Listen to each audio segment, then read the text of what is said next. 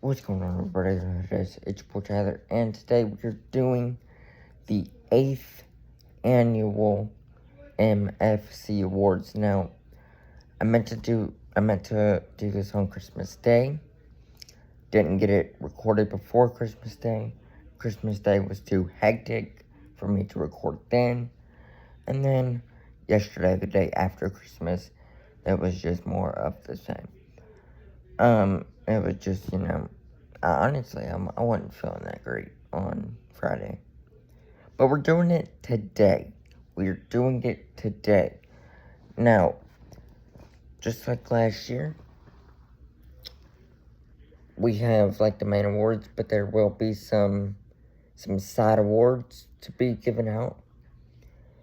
And also, disclaimer, there is nothing factual about this. This is my opinion only. So, you might agree with my choices.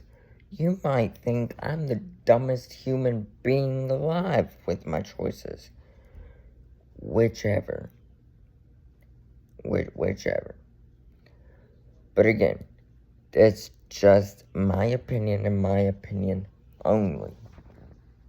So let's get straight into it. I am going to start with the attires of the year. Now, I couldn't just do one. I tried. I did. But I couldn't do one. So I have four.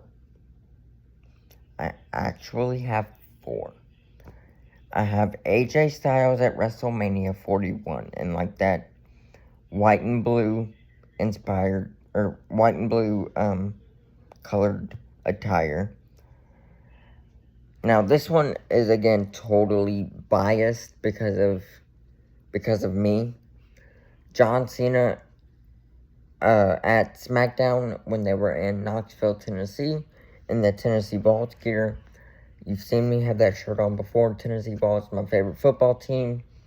So that I enjoyed, I appreciated that he did that. John Cena in the Saturday Night Main Event gear, this one right here, in the blue, white, and red gear, love it.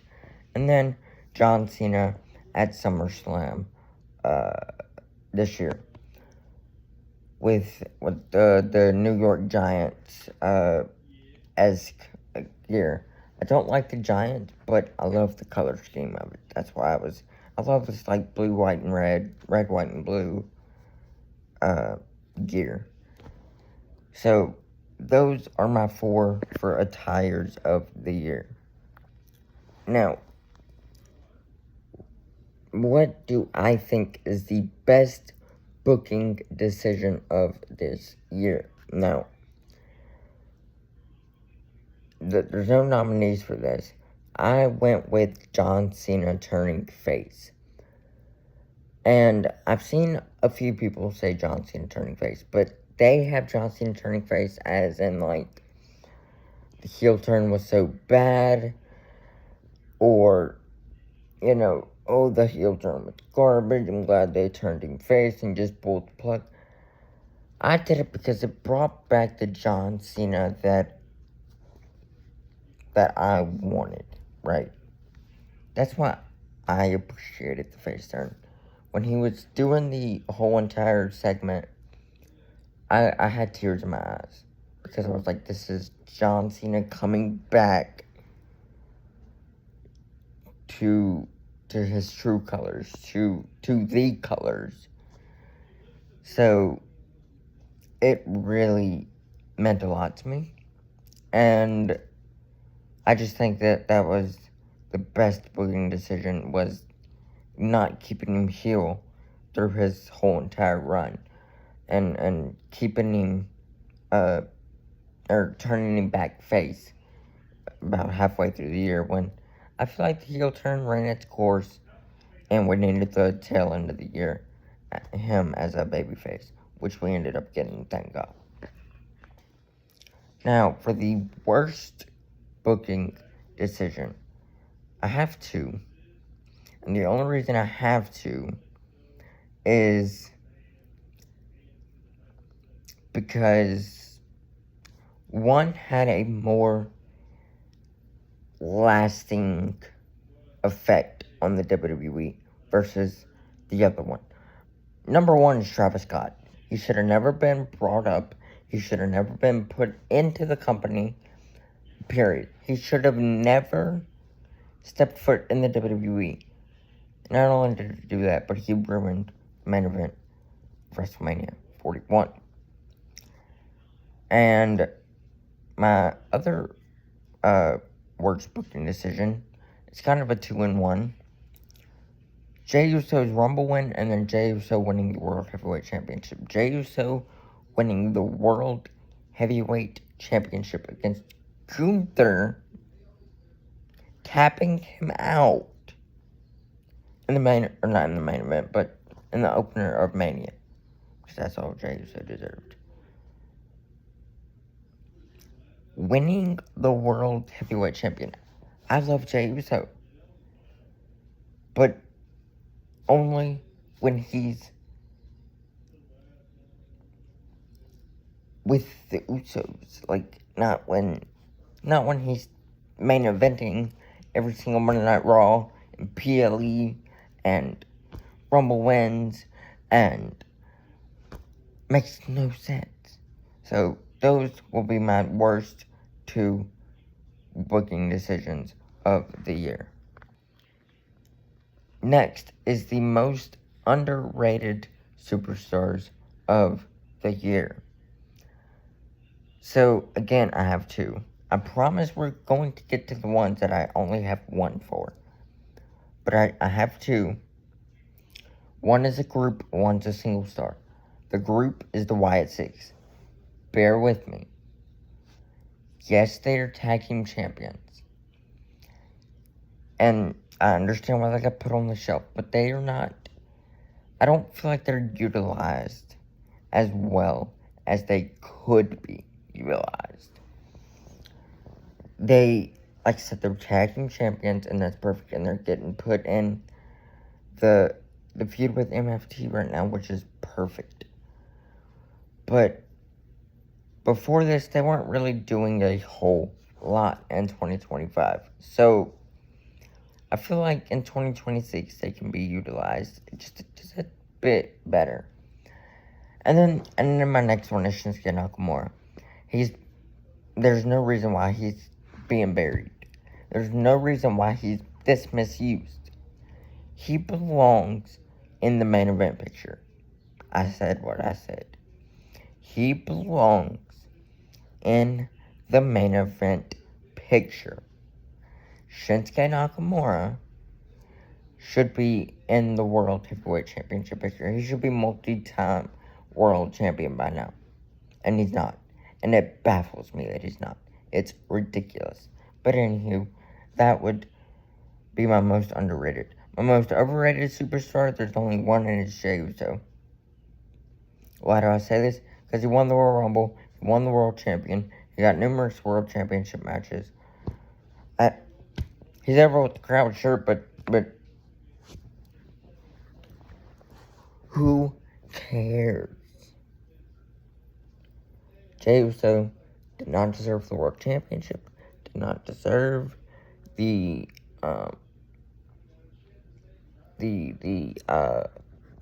what's that I'm looking for? The Rumble win. There it is. He deserved a tag team run with Jimmy Uso in 2025. I promise you, if they would have given him a tag team run in 2025, the Usos would be tag team of the year. But no, you have to separate them the entire year. Why? Anyway, most overrated superstar, Jey Uso. Next is the best TV match of the year. Now, there was a handful. There wasn't as many as last year. But there was some good TV matches this year. Matter of fact, we just had one last night. Ilya versus Carmelo Hayes for the United States Champion. We've had Ilya versus Sammy, Ilya versus or Sammy versus Cena, excuse me.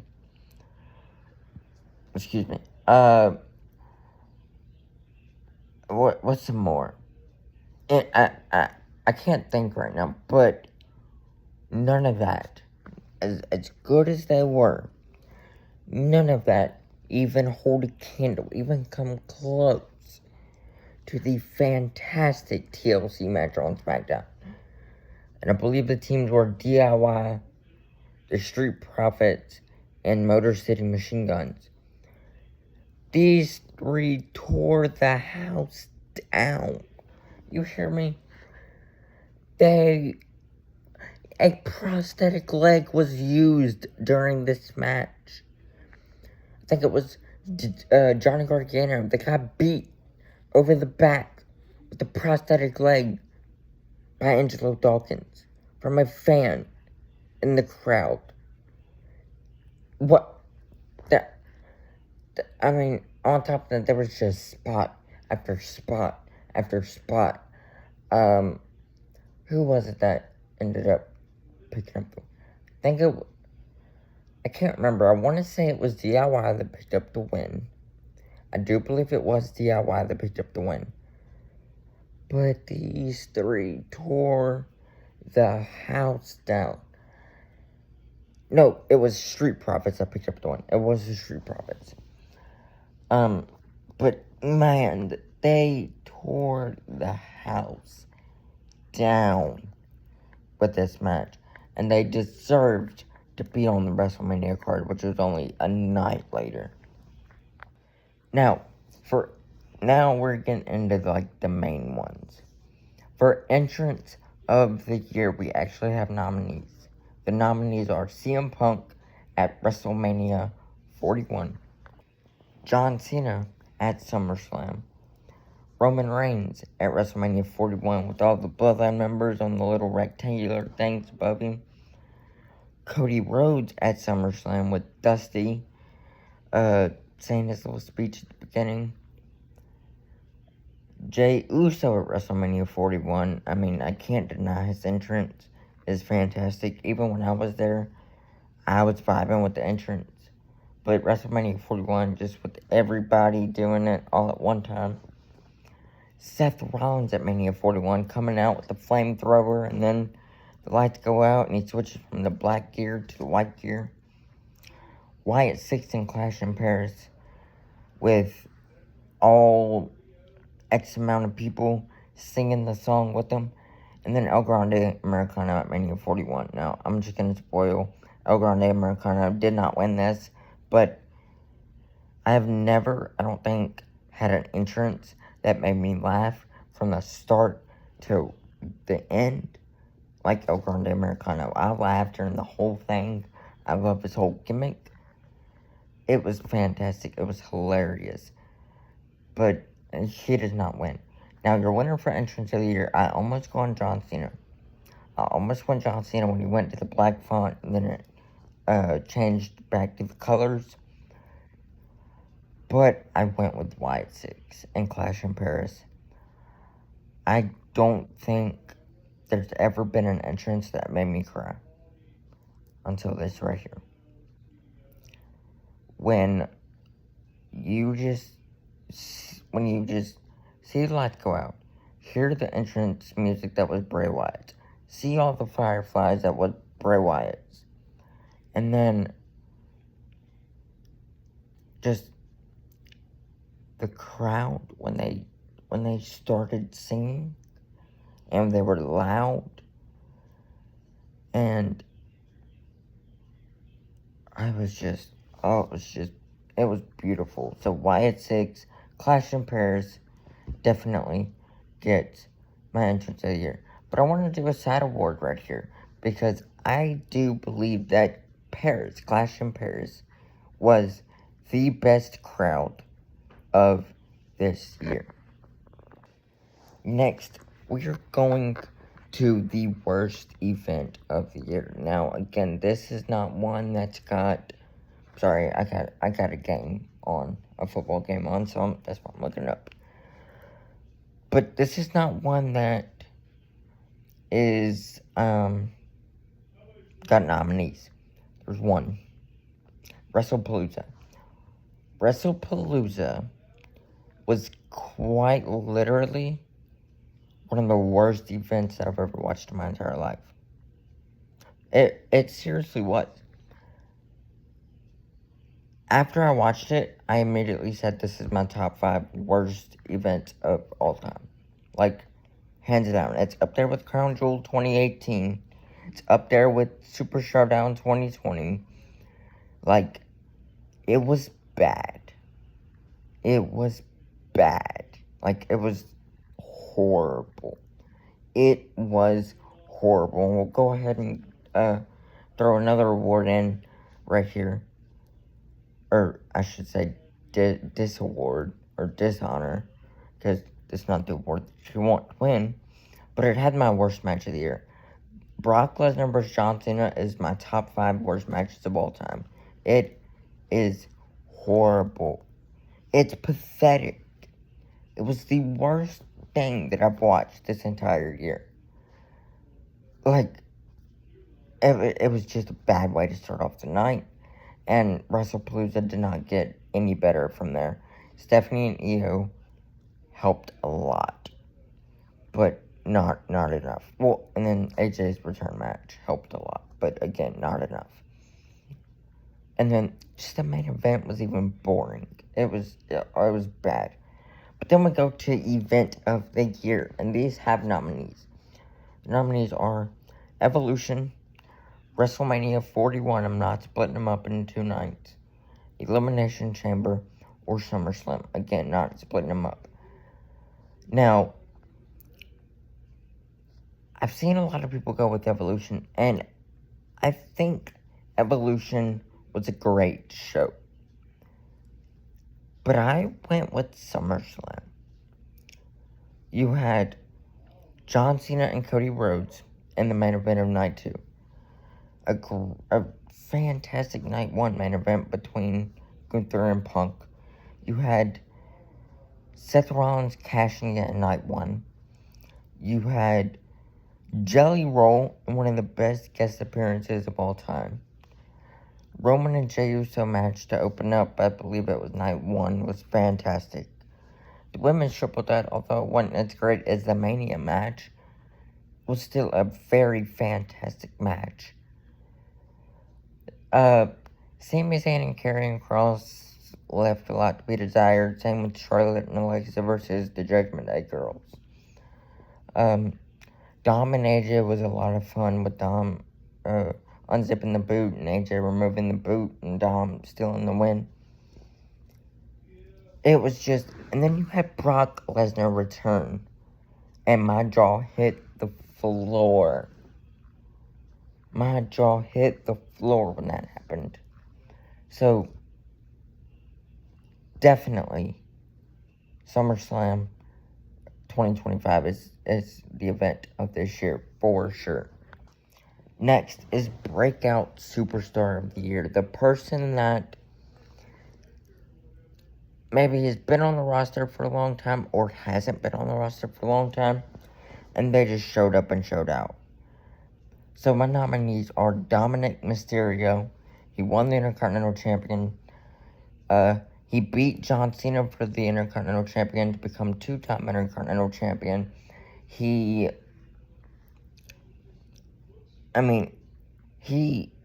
defended it against Penta numerous times, Sheamus and Rusev at one point, I believe. So, he deserved it. Jacob Fatu, he won the United States Champion at WrestleMania. He had a fantastic Fatal 4-Way. Defended it, I think, successfully one time against Solo, and then lost it against Solo. I could be wrong.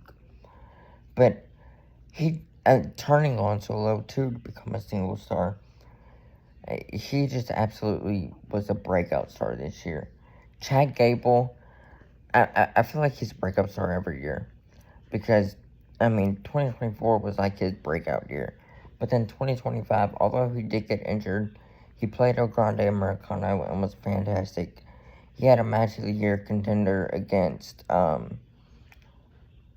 Vikingo at Worlds Collide. He was just fantastic this year. I feel like if it wasn't for the injury, he would have been a mid-card champion this year. Javon Evans, he has been fantastic everywhere he went. NXT, he's been killing it. Monday Night Raw, he's had some fantastic matches. SmackDown, he's had some fantastic matches. He had my favorite match outside of the WWE this year in him versus Leon Slater at Bound for Glory in TNA. Again, AAA, he did some fantastic work. SmackDown, he had a couple great matches. And then Penta, debuting this year, having 3 banger matches back to back, being in the Money in the Bank ladder match, fantastic role in that match. Let's go. Sorry. I'm watching the Army game. Army just scored. Let's go. But, being in the main event scene for a while. I thought he was going to be Intercontinental Champion by the end of the year. Unfortunately, he wasn't. But I thought that's where they were headed for him, or with him. But my winner for Breakout Superstar of the Year is Javon Evans. This man is going to be a future star in the WWE. Again, no matter where he went, TNA, NXT, Raw, SmackDown, AAA, TNA if I haven't said TNA.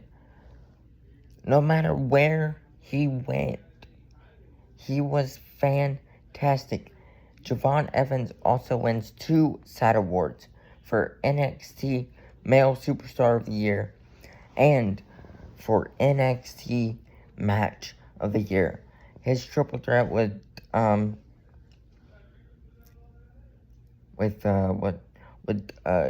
Oba and Trick, the best NXT match I've ever seen in my entire life. Hands down. Or one of the best NXT matches. They tore the house down. So Javon Evans, again, wins NXT Match of the Year alongside Oba and Trick, NXT Male of the Year, and Breakout Superstar of the Year. Next, it's going to be the worst rivalry of the year. The worst rivalry of the year, again, no nominees, just a winner, Gunther vs. Jey Uso.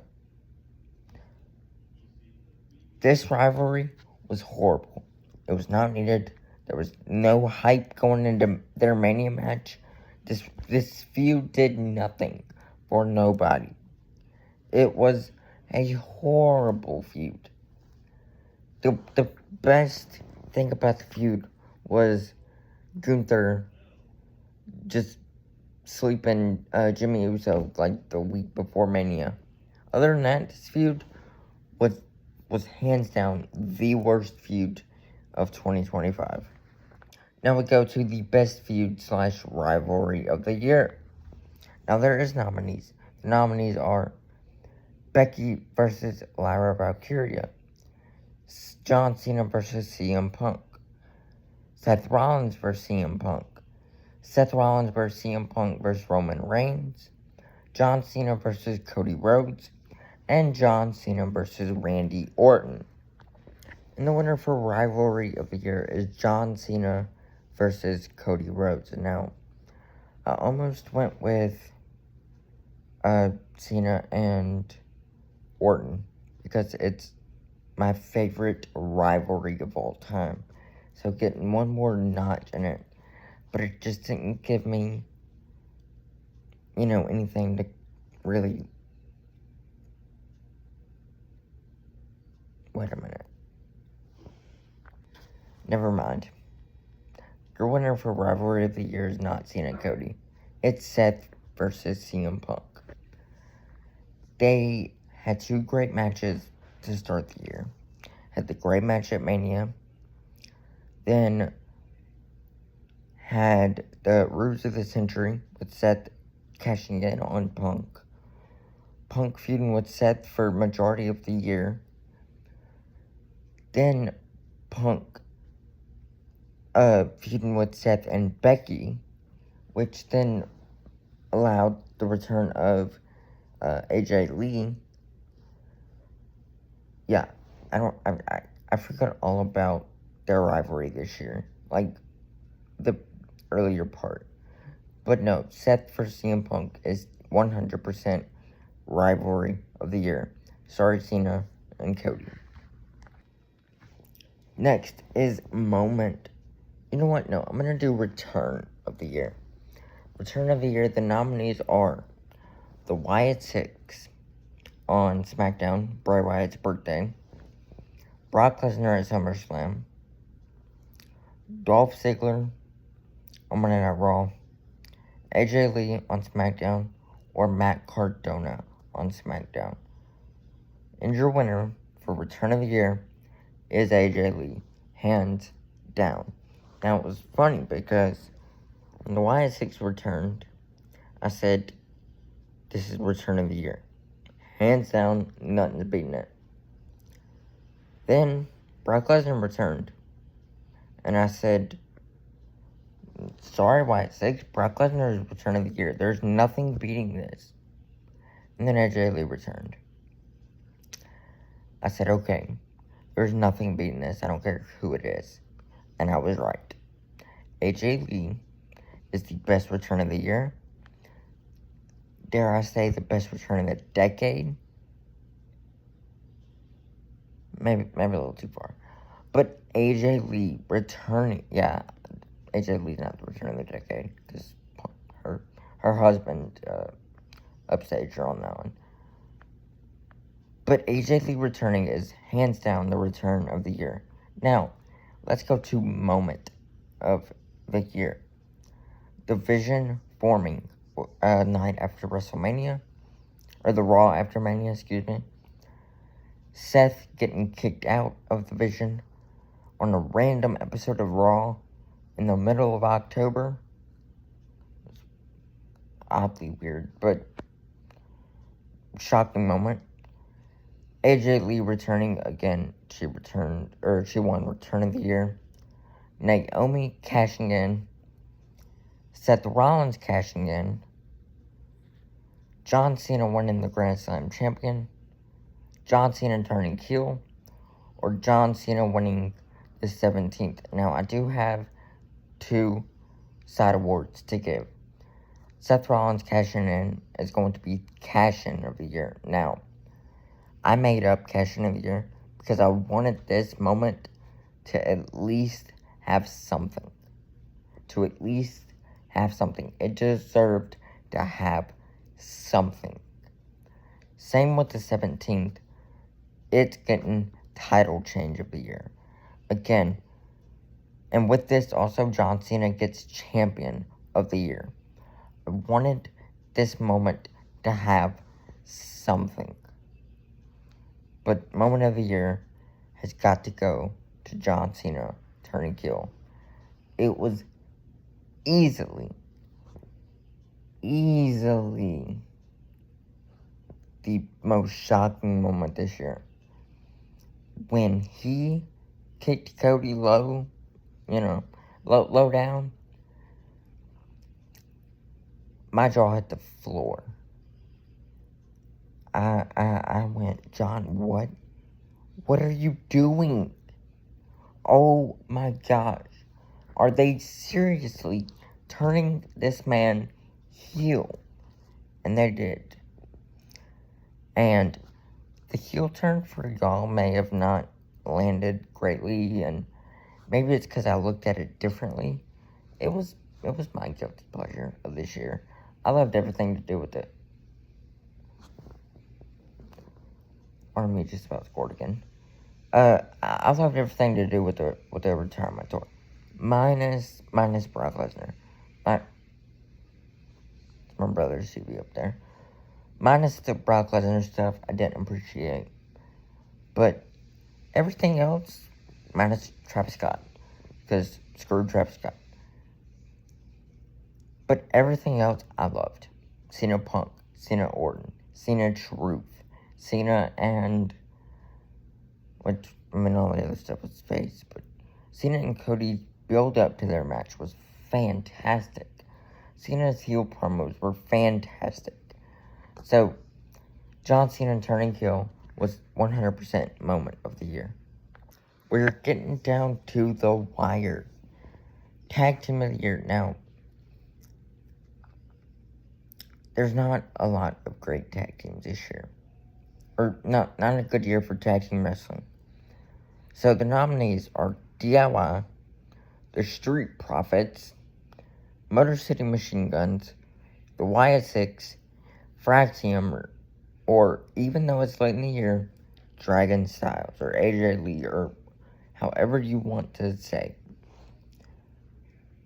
I went with Wyatt 6. Now, I also am giving Wyatt 6 Faction of the Year. But I went with the Wyatt 6 because they returned midway, right? Returned halfway. And on top of them returning halfway, they were in a 6-pack ladder match, or TLC match, which was fantastic. They were having a great feud with the Street Profits. They were being the big bad of the division. They won tag team titles shortly after coming back. Every time they're on the TV, my eyes are glued to the TV. And I just feel like the other tag teams didn't do that great. Like, Fraxium was great in NXT at the beginning of the year, up until they were dethroned by... Who were they dethroned by? Oh, the Belly Boys, Hank and Tank. But other than that, they didn't really do nothing when they came to the main roster. I wish they did, but not really. Dragon Styles, just kind of late in the year. Motor City Machine Guns didn't do anything. The Street Profits, I almost went with the Street Profits, but I was like, kind of the latter end of the year is what told me no. DIY, I mean, what has DIY really done? I mean, they've been put on really good matches. And they were in both TLC matches, but they lost the tag titles early in the year. And after that, they didn't really do anything. So, I went with Wyatt 6. Hopefully, 2026 is a better year for tag team wrestling. Next, Female Superstar of the Year. Nominees are Tiffany Stratton, Stephanie Vauquer, Becky Lynch, Io Sky, or Rhea Ripley. Now, I'm gonna be honest, I almost went Tiffany. Tiffany was almost my answer. But I had to go Becky Lynch. Becky Lynch had a renaissance here. From kind of being overlooked last year to this year. Oh my gosh. She came back at Mania. She had the tag team with Lyra, the heel turn, the greatest women's Intercontinental Champion reign. I mean, we've only had 3, but still, it's going to be hard to beat hers. She was a part of the Women's War Games, which was not the greatest of matches, but oh well. She had a great trilogy with Lyra. She had a great match with Lyra and Bayley at Evolution. She had great just one-off matches with the Intercontinental title on the line. She made that Intercontinental title relevant. So, I had to go with Becky.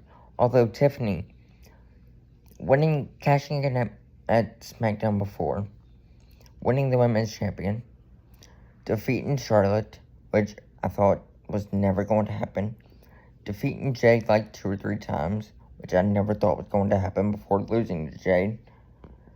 Being undefeated pretty much the majority of 2025. Having a never-ending but pretty decent feud with Nia Jax. I almost went with Tiffany, but Becky Lynch just absolutely 100% steals this female superstar of the year. Now, for male superstar of the year, we have Roman Reigns, Cody Rhodes, John Cena, Seth Rollins, or CM Punk. And the winner for male superstar of the year, John Cena. I mean, this year was about John Cena, really. He had great matches with Orton, Punk, Truth, Logan Paul, AJ Styles, Gunther. He was WWE Champion. He won Grand Slam Champion. He won the Elimination Chamber. He was Final 2 of the Rumble. He should have won the Rumble, but he was Final 2. This man had a fantastic year, and I couldn't say that John Cena was not Superstar of the Year. So male Superstar of the Year is definitely John Cena. Next, second to last, is Match of the Year. The nominees, I have a lot, are Seth versus Punk versus Reigns at Mania 41, John Cena versus Cody Rhodes at SummerSlam, John Cena versus AJ Styles at Crown Jewel, Cody Rhodes versus Sami Zayn at the Royal Rumble, Kevin Owens versus Sami Zayn at the Elimination Chamber, Rhea versus Io at Evolution, Rhea versus Io versus Bianca at WrestleMania 41, the 6-team TLC match at SummerSlam, Gunther versus CM Punk at SummerSlam, Cena versus Logan at Clash in Paris, Cena versus Orton at Backlash, and Cena versus Punk. Now, I do have several side awards to give out. Given out, Promo of the Year goes to John Cena's Pipe Bomb, part of John Cena vs. CM Punk. Tag Team Match of the Year goes to that amazing TLC match at SummerSlam. It was just spot after spot after spot. Candice LeRae wasn't even in the match and probably took the spot of the match. And then we have Women's Match of the Year going to Rhea versus Io at Evolution. Holy crap. They put on a 5-star classic. Then the Naomi cash-in, which was very, very shocking. So I just had to give them Women's Match of the Year. But my overall Match of the Year goes to John Cena versus Cody Rhodes at SummerSlam. I remember watching that match and immediately going, that's Match of the Year. Now, Cena versus AJ Styles, Army just scored, let's go. It really was. It was just so good. It was just back and forth. I love the spot where they're in the little platform hole and they get raised up, and Cena's got Cody on the thing. I believe there was table spots. There was... It was beautiful. It was a redemption of their horrible Mania match. It was just fantastic. Loved everything about this match. Unfortunately, this is when Cena lost the 17th.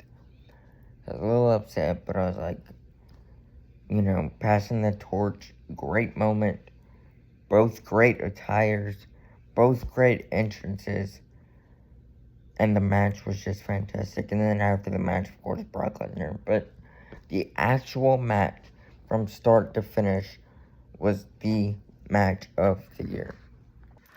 Now, overall competitor of the year, the only nominees is Men's Superstar of the Year, John Cena, and Female Superstar of the Year, Becky Lynch. I'm not going to waste any more of your time. Overall competitor of the year, John Cena. I basically just linked about both Becky and Cena. Both had a fantastic year, but John Cena just had a way better year. Again, my opinion. I think John Cena had a way better year. That is it for the 8th Annual MFC Awards. Again, I apologize for it being a couple days late. But as always, if you like this video, want more videos like this video, then hit the like button as hard as you possibly can. Hit that subscribe button. Hit the notification bell so you never miss an upload. And as always, I love you all. Stay safe and peace.